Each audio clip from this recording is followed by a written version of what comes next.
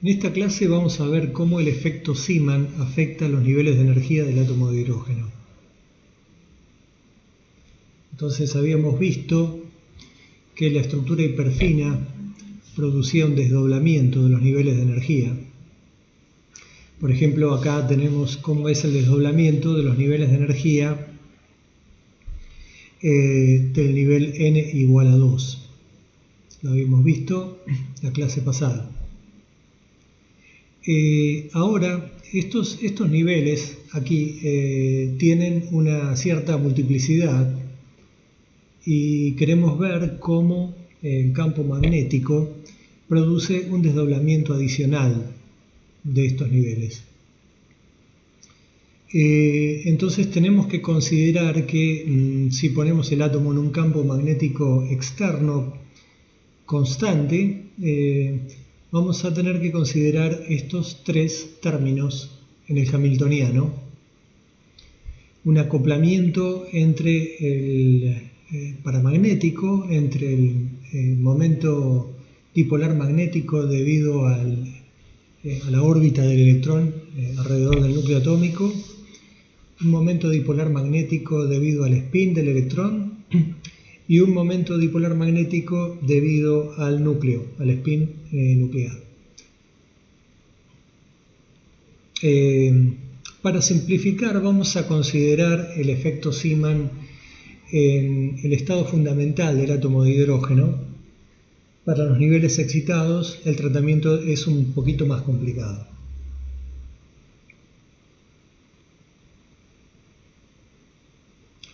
Entonces, el hamiltoniano de Zeeman tiene esta pinta, es la interacción entre el campo magnético externo con los momentos dipolares que mencioné recién. Entonces aquí va a aparecer la componente Z del momento angular orbital, la componente Z del operador de spin y la componente Z del operador de spin del núcleo, del protón específicamente, porque estamos hablando del átomo de hidrógeno. Así que vamos a tener dos frecuencias del Larmor, una para el electrón y otra para el protón. Sin embargo, como la masa del protón es muchísimo mayor que la masa del electrón, la frecuencia del Larmor nuclear va a ser muchísimo menor que la frecuencia del Larmor del electrón.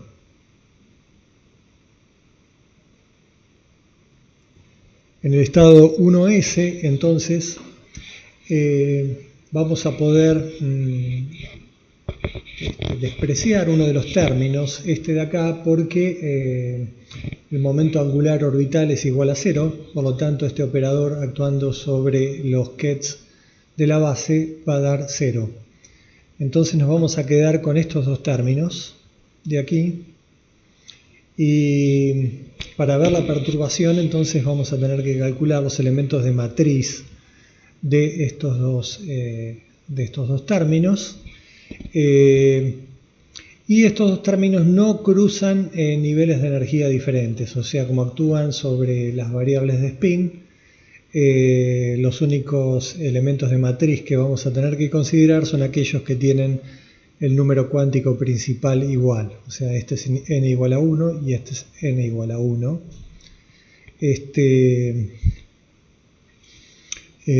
Y también el momento angular orbital es igual a 0 y por supuesto el momento cuántico magnético también tiene que ser igual a 0. Entonces tenemos que calcular los elementos de matriz con spin electrónico y spin nuclear distintos a uno y otro lado del bracket. Entonces vamos a tener que diagonalizar este operador, donde tenemos este término que es debido a la estructura hiperfina y estos dos términos que son los más importantes en el efecto Zeeman para este nivel de energía. Sin embargo, como dijimos que esta frecuencia del Larmor es muchísimo menor que la frecuencia del Larmor del electrónico, este término lo vamos a poder despreciar. Entonces este término lo despreciamos y nos quedamos con estos dos. El de estructura hiperfina y el del efecto Zeeman va a ser este término.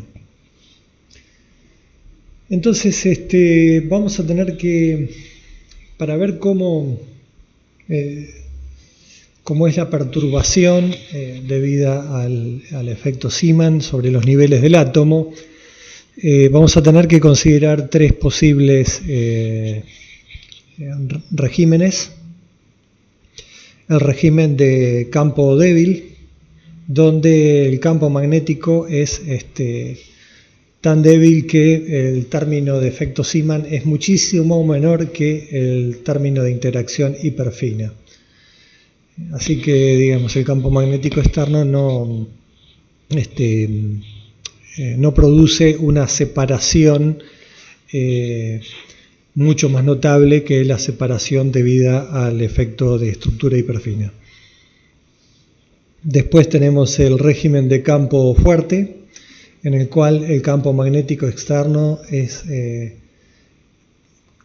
lo suficientemente fuerte de manera de producir un desdoblamiento mucho más importante que el desdoblamiento debido a la estructura hiperfina. Está contenido acá en este término.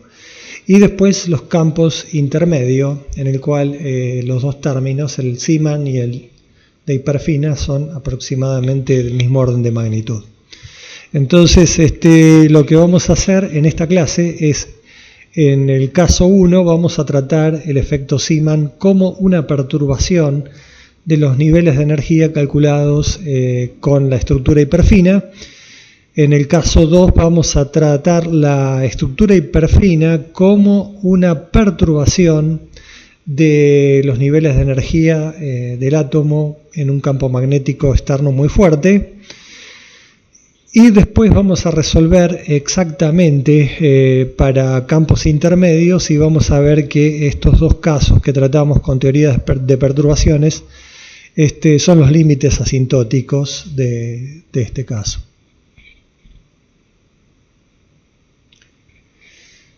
Entonces, en clases anteriores hemos visto que el término de estructura hiperfina es diagonal en esta base que donde a F lo denotamos al momento angular total como F. ¿Sí? Entonces, como estamos sumando dos espines un medio, el momento angular total puede ser F igual a 1 o F igual a 0, con las distintas proyecciones en el eje Z, ¿no es cierto? Entonces, el F igual a 1 tiene tres proyecciones, 1, 0 y menos 1, que dan lugar a ese triplete que tenemos acá arriba. Y vimos que la corrección debida a la estructura hiperfina tenía este valor de energía, ¿no? Donde la A era el elemento de matriz que tenía los brackets con la parte radial de la función de onda. Y después tenemos este singlete que corresponde a un momento angular total igual a 0, o sea, los dos espines tienen proyección MF igual a 0, o sea, los dos espines son antiparalelos, y la corrección debida a este término también la habíamos calculado en la clase anterior, tiene esta pinta. Menos 3A H barra cuadrado sobre 4 son los valores de energía que desdoblan los niveles de energía del átomo de hidrógeno, se producen un desdoblamiento debido a la estructura hiperfina. Entonces, para calcular cómo es el efecto Zeeman en estos niveles, qué le hace a esos niveles de energía, tenemos que diagonalizar el operador SZ, la componente Z del operador de spin del electrón, en esa base, ¿no es cierto? En la base de momento angular total, en esta base, momento angular total y su proyección. Entonces, para ver cómo es este operador de spin, SZ, en esa base tenemos que calcular la acción sobre los elementos de la base. ¿Cómo se hace esto? Así directamente nosotros no podemos decirlo, porque estos no son autovectores del operador SZ. Entonces acá otra vez, si ustedes, si queremos saber cómo es la acción del operador SZ en esta base, lo que podemos hacer es expandir estos vectores en una base de spin del electrón, spin del protón. Para eso tenemos que hacer una expansión utilizando los coeficientes de Clebsch-Gordon. Entonces ese vector de ahí, bueno, justo este de acá, el primero, va a ser proporcional al ket más. O sea, spin para arriba el electrón, spin para arriba el protón. ¿Ok? Entonces el coeficiente de Clebsch-Gordon en ese caso es la identidad, ¿no? Entonces cuando hacen actuar SZ sobre el spin más del electrón, le va a salir el autovalor H barra sobre 2 por el mismo ket. Ahora, si ustedes quieren hacer actuar SZ sobre este ket, ahora este ket va a ser una combinación lineal de spin arriba electrón, spin abajo protón, spin abajo electrón, spin arriba protón. De ahí obtienen de la tabla de coeficientes de Clebsch-Gordon como son los coeficientes. Y se van a encontrar, van a poder calcular entonces la acción de este SZ en esa otra base y les va a dar H barra sobre 2 este ket. Fíjense que no es el mismo, acá tengo F igual a 1, MF igual a 0, acá tengo F igual a 0, MF igual a 0. Del mismo modo, si calculamos SZ sobre este ket, en la base de spines no va a ser un solo vector, va a ser una superposición lineal de spin arriba, spin abajo, spin arriba, con los correspondientes coeficientes de Clebsch-Gordon. Así que SZ actuando sobre esa base les va a dar menos H barra sobre 2, este ket. 1 menos 1. Y si hacen actuar, perdón, este de acá, dije mal, este de acá es el ket menos menos, es el ket menos menos. Así que cuando hacen actuar SZ sobre el ket menos menos, le va a dar menos H barra sobre 2 por el ket 1 menos. Ven que este es igual a este. Pero este de acá no, digamos, este de acá es una combinación lineal, una superposición lineal de spin arriba, spin abajo, spin abajo, spin arriba. Entonces cuando hacen actuar SZ sobre este ket, le sale H barra sobre 2, el ket 1, 0. Fíjense que este me da un vector que está acá, y SZ actuando sobre este me da un vector que está acá, ¿ven? Estos dos están cruzados. Este me lo manda este vector, este me lo manda este vector. Quiere decir que el operador SZ en esa base no es diagonal, tiene términos cruzados en la base de momento angular total. ¿Ok?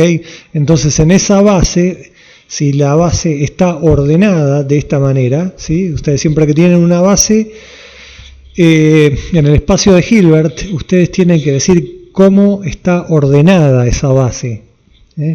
El orden lo pueden elegir ustedes, pero digamos, el orden es importante cuando ustedes escriben la forma matricial de un operador. Entonces arriba tenemos la base, pero acá abajo, en la segunda línea, tenemos cómo está ordenada la base. ¿Ok? Entonces en la base ordenada de esta manera, el elemento de la matriz correspondiente a este operador tiene esta pinta. ¿Ok? Entonces, o sea, ¿Cómo se obtiene esta matriz? Bueno, multiplicando estas ecuaciones por los distintos vectores de la base. Ahí obtienen los distintos elementos de matriz y ven que no es diagonal. Acá tenemos unos elementos fuera de la diagonal. En la misma base, estos son autovectores del operador f, del operador fz. Por lo tanto, el operador fz en esta base es diagonal. ¿Ok? Tiene todos ceros menos un 1 y un menos 1 ahí en la diagonal. Pero fíjense qué curioso que este subespacio, digamos, acá tenemos un bloque grande y un bloque chiquito. En este bloque grande tenemos el elemento de los elementos de matriz del operador fz que tienen autovalor o valor de f cuadrado igual a 1. O sea, es la matriz f calculada con el triplete. El triplete son estos tres vectores. ¿Ok? Entonces, en ese subespacio, f cuadrado, o sea, f igual a 1, quiero decir, la matriz es diagonal. Y en este cuadradito que está acá corresponde a f igual a 0. Es el singlete. Corresponde al singlete. Pero fíjense que, digamos, en los subespacios entonces correspondientes al triplete, el operador sz restringido a ese subespacio es proporcional al operador fz. Y este de acá también es proporcional a este, 0. ¿Ok? Eso no es trivial, eso es básicamente el teorema de Wigner-Eckart. Los dos son operadores vectoriales cuando son restringidos al subespacio que corresponde al número cuántico f igual a 1 o f igual a 0, los dos operadores vectoriales son proporcionales uno del otro. Ese es el teorema, es un corolario del teorema de Wigner-Eckart. Es el corolario que corresponde al teorema de la proyección que hemos visto en clases anteriores. ¿Ok? Entonces, digamos, para calcular, digamos, cómo es la perturbación producida por el campo en los niveles de la estructura hiperfina del átomo de hidrógeno, lo que nosotros tenemos que hacer es diagonalizar el operador sz en el subespacio correspondiente al triplete o en el subespacio correspondiente al singlete. Acuérdense que eso es lo que importa. Si hay un nivel de energía que es degenerado, nosotros tenemos que diagonalizar en el subespacio que corresponde a ese nivel de energía. Entonces, como el triplete correspondía a un solo valor de energía, lo que nosotros tenemos que hacer es diagonalizar ese z en este subespacio y después ese z en el singlete. ¿Ok? Y en este subespacio no hay términos cruzados. El operador sz es diagonal. Y en este subespacio obviamente también es diagonal. ¿Ok? Entonces la cosa quedó fácil, digamos, por así decirlo.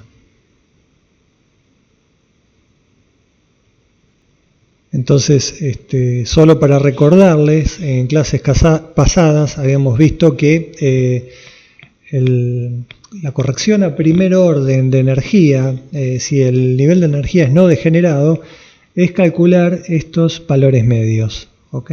Era calcular los valores medios de la perturbación. Donde epsilon 1 era el término de orden 1 en una serie de la energía. A ver, los voy a mostrar. o sea, el epsilon 1, acá tenemos el valor de energía en función de un parámetro lambda, el término de orden 0, que es el nivel de energía para el cual nosotros queremos calcular la perturbación, más lambda por epsilon 1, que es la corrección a primer orden, que como les mostré recién, era ese valor medio, el valor medio de la perturbación.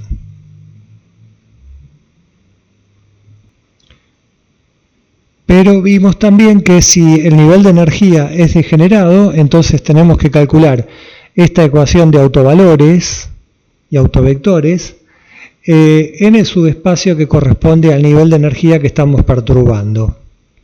¿Ok?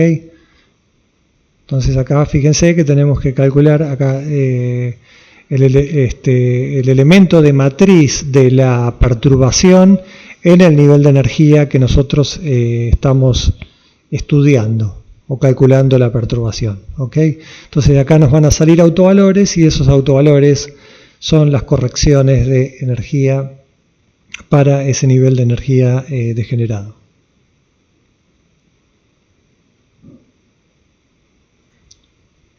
Entonces esa fue la aclaración para decirles por qué nos interesa nada más los elementos de matriz en este bloquecito, ¿sí? Y no nos interesan estos dos, porque están fuera del nivel de energía. O sea, el nivel de energía me va a dar un triplete y un singlete y nos interesa calcular la corrección en el subespacio correspondiente al triplete de la estructura hiperfina y al singlete.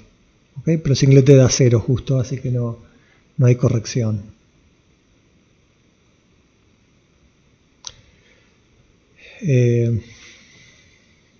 Entonces, digamos,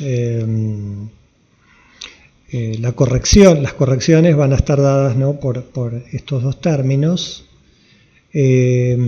Así que, digamos, para el bloquecito F igual a 1 tenemos estas dos correcciones de energía.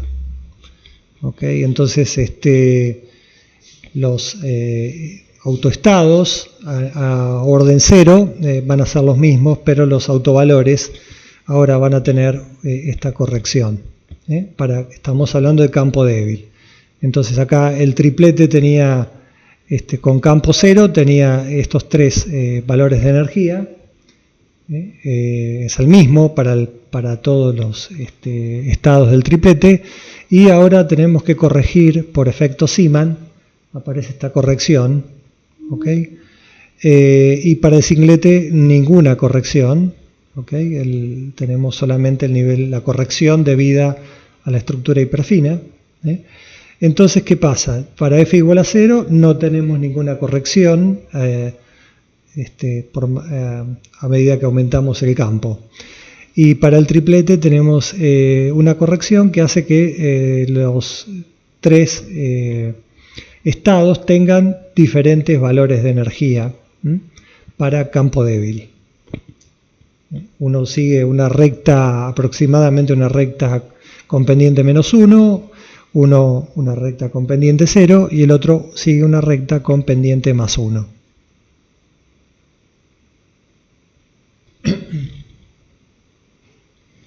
En un modelo vectorial del átomo, lo que va a pasar es, si el campo magnético es 0, el vector que corresponde al momento angular total va a ser constante. Va a ser constante y el spin, el vector que corresponde al spin electrónico y al spin nuclear, van a efectuar movimientos de precesión alrededor del vector F. Pero si encendemos el campo magnético, el vector F va a efectuar un movimiento de precesión alrededor del campo magnético. Ahora, como el spin nuclear tiene una frecuencia del Larmor que es muchísimo menor que la frecuencia del Larmor de electrónica o del electrón, su velocidad de precesión va a ser muchísimo menor que la velocidad de precesión del spin. Y digamos, las frecuencias de Bohr que van a aparecer en la evolución de los valores medios de los operadores, corresponde a los términos que están fuera de la diagonal, o sea, el bracket de esos operadores tiene que vincular estados con diferentes valores de energía. Y como Fz, digamos, este operador es diagonal, entonces las frecuencias de Bohr son todas nulas y por lo tanto este valor medio es estático, correspondiendo, ¿no?, al modelo vectorial que tenemos del átomo. Y el valor medio de Sz solamente va a vincular estos dos estados que tienen la diferencia de energía, que es A sobre H barra cuadrado, o A por H barra cuadrado sobre 2, si no me equivoco, la diferencia entre estos dos niveles de energía.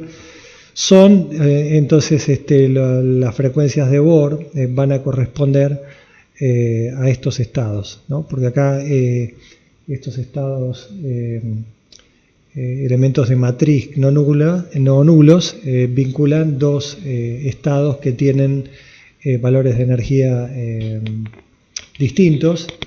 Entonces eso es lo que da lugar a la frecuencia de Bohr y establece la velocidad de precesión del spin alrededor del vector F. Okay. Entonces,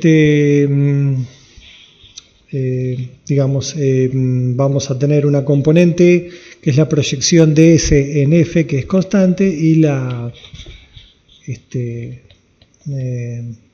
¿no? O sea, S por F va a ser constante. Esta proyección va a dar lugar a un término constante, pero tenemos después la proyección perpendicular, que da lugar a una modulación, y esa modulación tiene que ver con la frecuencia de Bohr correspondiente a la transición cuántica entre estos dos estados. Veamos ahora entonces el efecto Zeeman en el régimen de campo fuerte, o sea que el término de energía debido a efecto Zeeman es muchísimo mayor que la corrección debido a la estructura hiperfina. Entonces, en este caso conviene trabajar en una base de spines, spin electrónico y spin del protón. Porque en esta base o estos vectores son autovectores del operador SZ. Entonces, los autovalores son ms por h barra, los autovalores del operador SZ. Así que el término de Zeeman es diagonal en esta base. Este término va a ser diagonal. Por lo tanto, estos niveles de energía debido a efecto Zeeman son degenerados. Tienen una degeneración 2, que es la proyección del spin del protón. Tenemos dos niveles de energía, dos veces degenerados.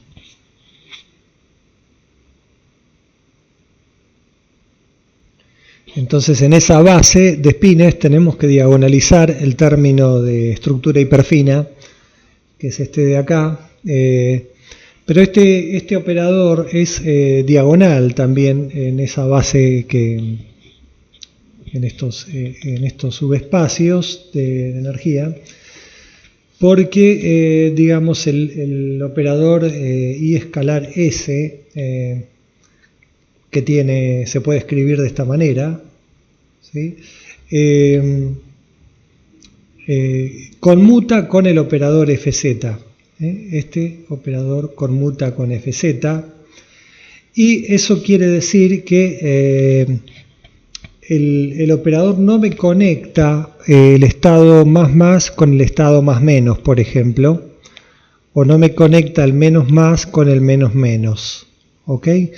Eso es relativamente fácil de demostrar. Lo pueden demostrar es básicamente usando nociones de mecánica cuántica 1, o sea, pueden escribir el operador IS con el conmutador del operador con el operador FZ, y ahí jugar con ese conmutador que es igual a 0, y van a demostrar, digamos, que los términos cruzados de este operador son iguales a 0. ¿Okay? Quiere decir que este operador es diagonal en cada uno de estos subespacios. Y entonces los valores medios son estos, porque, digamos, tenemos que aplicar SZ a este número cuántico, SZ a este número cuántico, e IZ a este número cuántico. Sus autovalores son h barra cuadrado, ms por mi. Entonces tenemos 4 posibilidades: espina arriba, espina abajo, ¿no? Espina arriba, tenemos esta corrección. Espina arriba, espina abajo, esta corrección, tenemos esta corrección, después esta y esta. ¿Ok? O sea, los dos valores de energía de Zeeman tiene estas dos correcciones debido a la estructura hiperfina. ¿Okay? Acuérdense que esto sería como el epsilon 1. Esto es como el epsilon 0, o sea, el nivel de energía a orden 0 que estamos estudiando, y esto sería el epsilon 1, ¿no? Que se me desdobló en dos valores. ¿Okay? Porque, digamos, este nivel de energía es degenerado, entonces tenemos que diagonalizar el término de estructura hiperfina en este nivel de energía, pero es diagonal con estos valores en la diagonal, estos dos valores distintos en la diagonal. Y acá pasa lo mismo, ¿no es cierto? Estamos estudiando el desdoblamiento de este nivel de energía, y la perturbación hiperfina me va a dar estas correcciones. ¿Ok? Entonces lo que tenemos es esto. Tenemos cuatro estados, 2 estados con el mismo nivel de energía inicial, se me desdoblaron en dos valores de energía distintos, y acá estos dos tenían este autovalor de energía por efecto Zeeman, y se me desdobló en dos valores distintos. En definitiva tenemos 4 niveles de energía ahora. ¿Okay? Este de acá se me desdobló en 2 valores que, digamos, a medida que el campo aumenta, digamos, el valor asintótico es y este me va a dar este valor asintótico, y estos dos se me desdoblaron en estos dos. Acá lo que importa, digamos, son los valores asintóticos cuando el campo es grande. O sea, en este diagrama de Zeeman, lo que vale es el comportamiento asintótico cuando el campo es muy grande. O sea, acá tenemos líneas continuas, acá tenemos líneas punteadas, acá tenemos líneas continuas y acá punteadas y acá continuas y acá continuas. O sea, importa, digamos, en este diagrama de Zeeman importa de acá para allá lo que pasa, ¿ok? Con el campo bien grande. Entonces acá, digamos, F igual a 1 me dio lugar a este nivel y a este nivel asintóticamente. Y acá, digamos, apareció como otro nivel de energía que está entre el F igual a 1 y el F igual a 0 de la estructura hiperfina inicial, ¿ok? Pero este de acá no tiene sentido físico. Lo que importa acá es que estas rectas asintóticas nacen de este punto, que está a mitad de camino entre F igual a 1 y F igual a 0. Ahora vamos a ver por qué. Pero, digamos, acá estamos analizando la región de campo fuerte. Entonces, en la región de campo fuerte, lo que nosotros vamos a tener es la precesión del spin alrededor del campo magnético externo. Y como el spin del protón tiene una frecuencia del Larmor que es muchísimo más baja que la frecuencia del Larmor del electrón, está prácticamente inmóvil. O sea que en este modelo vectorial del átomo, lo que está girando a gran velocidad es el spin del electrón alrededor del campo magnético, ¿okay? En el régimen de campo fuerte.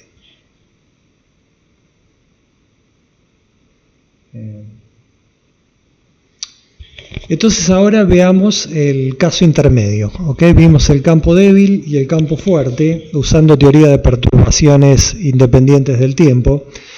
Ahora veamos qué pasa cuando el término de efecto Zeeman es del mismo orden de magnitud que el término de estructura hiperfina.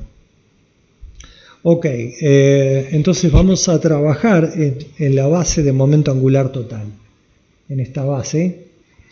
Y digamos, ahí tenemos que ver cómo es la diagonalización de estos dos operadores, el que corresponde a estructura hiperfina y este de acá que está relacionado con el efecto Zeeman. En esta base ordenada, estos dos operadores ya los conocemos, tienen esta pinta, ¿no es cierto? Estos son, digamos, porque lo diagonalizamos antes. Ahora les voy a mostrar a qué matriz se refiere esta. Pero digamos, acá tenemos los tres niveles de energía que corresponden al triplete de hiperfina, ¿sí? Estos son los niveles de energía, todos igualitos, que corresponden a la estructura hiperfina. La corrección debida al efecto Zeeman. Y acá tenemos el estado singlete de estructura hiperfina y los términos fuera de la diagonal que corresponden a efecto Zeeman. ¿Okay?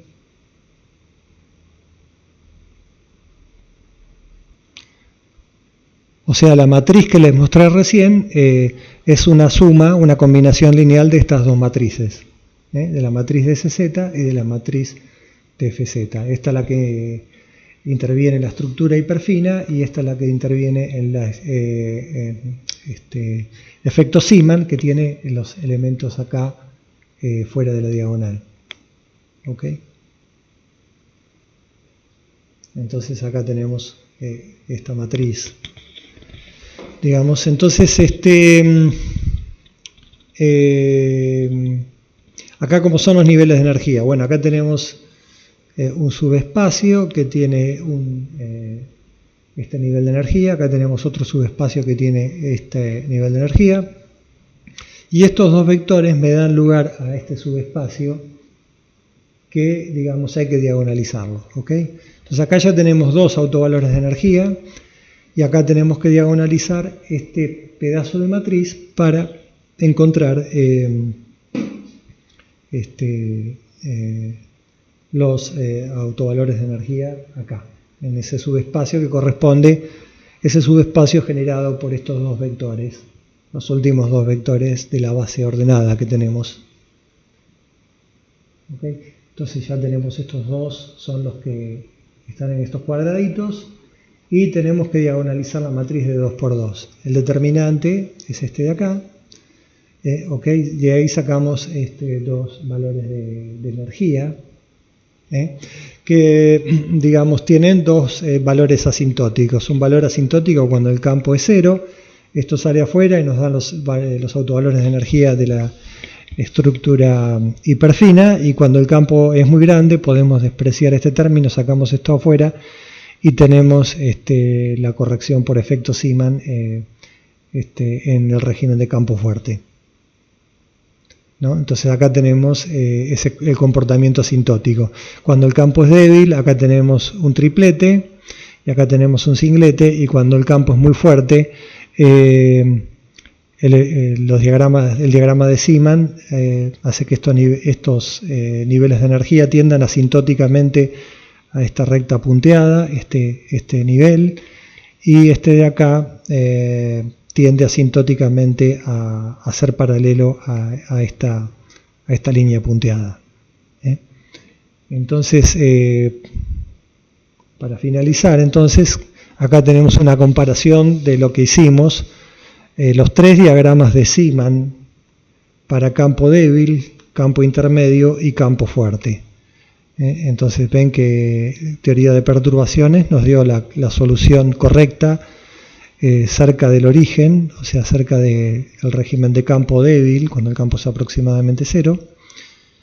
Tenemos el triplete que se desdobla y el singlete aproximadamente tiene una pendiente igual a 0 inicialmente. Cuando el campo es muy fuerte, estos dos niveles de energía tienden asintóticamente a rectas con pendiente más 1. Este tiende a una recta con pendiente menos 1 y este también tiende a una recta igual a menos 1.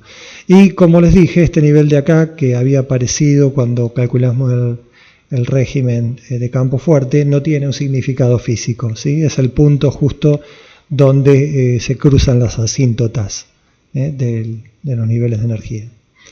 Así que bueno, esto es entonces un tratamiento complementario a lo que hemos visto en clases anteriores de efecto Zeeman. Hay como 3 o 4 clases sobre esto, pero digamos acá estamos aplicamos el efecto Zeeman a los niveles del átomo de hidrógeno para nivel 1s. Pero digamos, esto lo podríamos hacer exactamente el mismo tipo de análisis para niveles excitados del átomo de hidrógeno. ¿Okay?